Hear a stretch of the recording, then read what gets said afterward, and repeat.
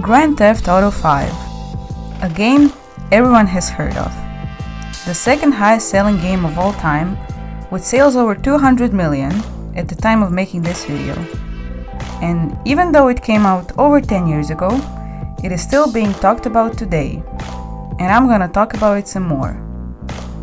The game follows three protagonists: Franklin, an ambitious young hustler seeking to escape the cycle of gang violence and rise to wealth and power through any means necessary; Michael, a former bank robber trying to balance a dysfunctional family life with his yearning for the thrill of his criminal past; and Trevor, an unpredictable, violent, and chaotic outlaw who thrives on anarchy and lives without regard for societal norms or personal consequences.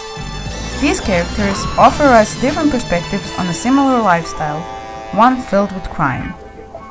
These three protagonists are used in tandem with the fourth protagonist, the open world of San Andreas, Los Santos, and Blaine County.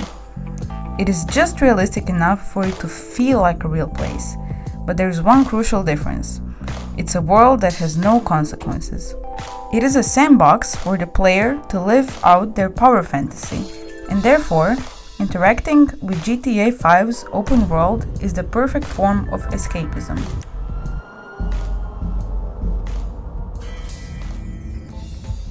Los Santos, the sprawling fictional metropolis of GTA 5, is a testament to Rockstar Games' dedication to world building.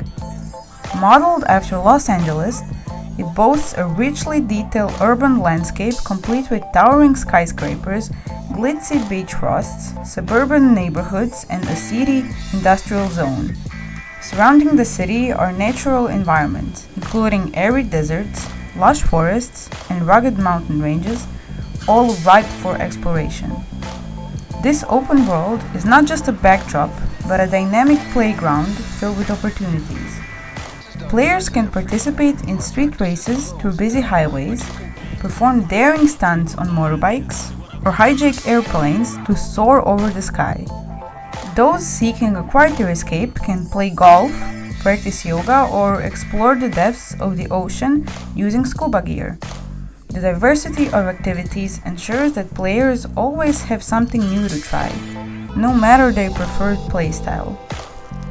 Los Santos feels alive, populated with pedestrians going on about their lives, vehicles filling the streets, and radio stations broadcasting music, news, and satirical commentary.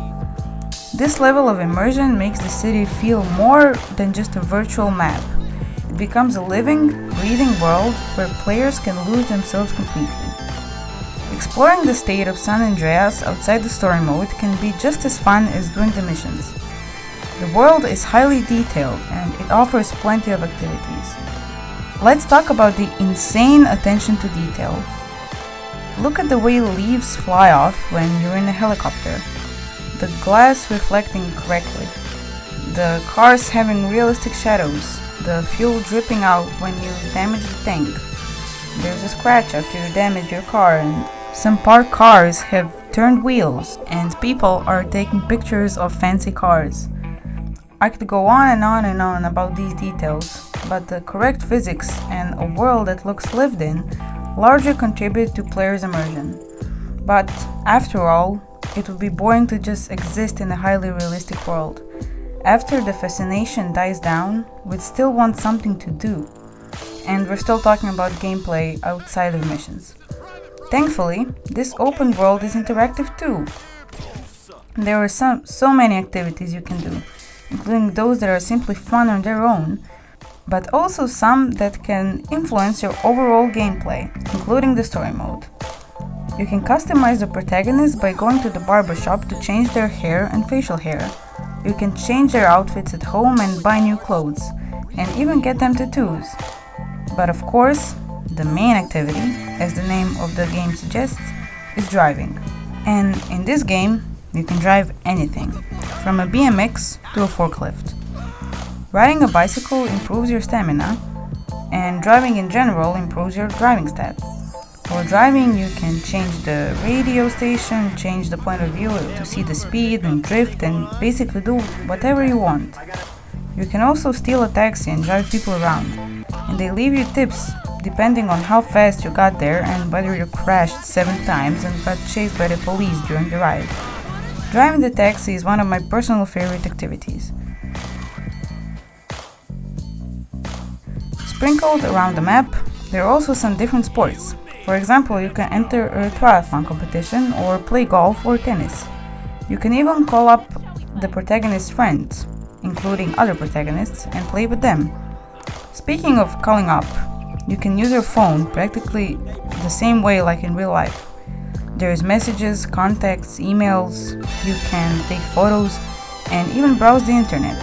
You can order new vehicles online, invest in real estate and stocks, and even gamble. All these activities are great, but realistically, most players end up committing a crime and being chased by the police. And this is such an adrenaline-pumping activity. Fighting off dozens of police cars, even helicopters, looking at the wanted stars going up, escaping, fighting back, looking at how long you can hold out. This brings us to my next point: use of violence in GTA 5. Violence in GTA 5 serves not only as a core gameplay mechanic, but also as an enabler of the player's power fantasy. The game's portrayal of violence is hyperbolic, often absurd, and tailored to provide a cathartic release rather than evoke serious reflection. This deliberate design allows players to engage in behavior far removed from societal norms, such as robbing a convenience store, waging a shootout with the police, or detonating vehicles on a crowded freeway. The beauty of Grand Theft Auto 5 lies in the wide range of violent and non-violent scenarios it presents. For example, players can orchestrate elaborate heists involving tactical planning, precision, execution, and explosive getaways. Alternatively, they can participate in random street brawls, hunt targets for a shady business partner, or simply wield a rocket launcher in the middle of downtown Los Santos. This exaggerated violence contributes to the game's escapist appeal by offering players a safe environment to express impulses that are restricted or stigmatized in the real world. Instead of glorifying these actions, GTA 5 uses them to enhance the player's sense of agency and thrill, firmly anchoring the game in the realm of fantasy. Say a player just got wasted in a police shootout. Once you die, you're transported to a hospital. Your bank account is now short a couple $100 of hospital bills, and you're a free man once again. You don't serve hard time for multiple charges, including manslaughter, arson, theft, and God knows what else. Your 178th death doesn't negatively impact your health, and you don't sustain any permanent injuries. You're free to do it all over again. There are no consequences. A defining feature of Grand Theft Auto 5 is its lack of meaningful long-term consequences. Actions in the game carry little to no lasting impact, allowing players to experiment freely without fear of permanent penalties. For instance, players who engage in crimes like robbing banks or destroying property will face temporary resistance from law enforcement. However, escaping the police or responding after a failed mission resets the world, erasing any evidence of wrongdoing.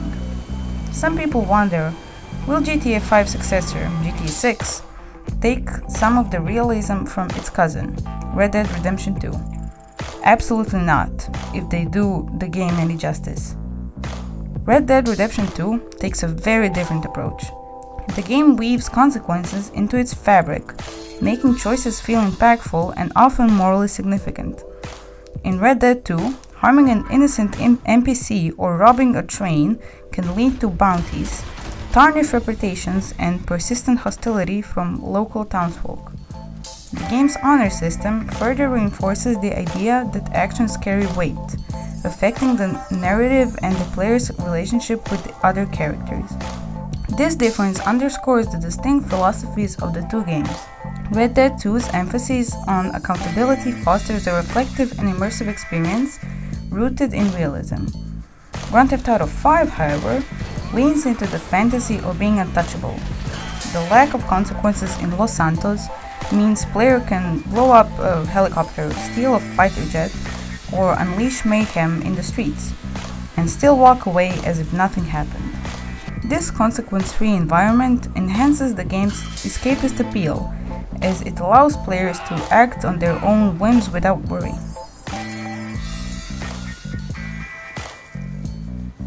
Grand Theft Auto V stands as the ultimate form of escapism, offering players a virtual world of limitless possibilities.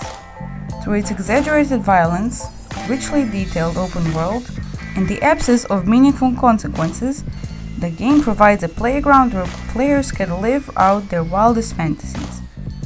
Compared to Dead Red Redemption 2's focus on accountability and moral complexity, GTA V fully embraces the freedom to act without restraint. Whether through heists, races, or simply exploring the vibrant streets of Los Santos, GTA V offers a liberating escape from the rules and responsibilities of reality. For those seeking an unparalleled adventure in a world where anything is possible, Grand Theft Auto V delivers in spades.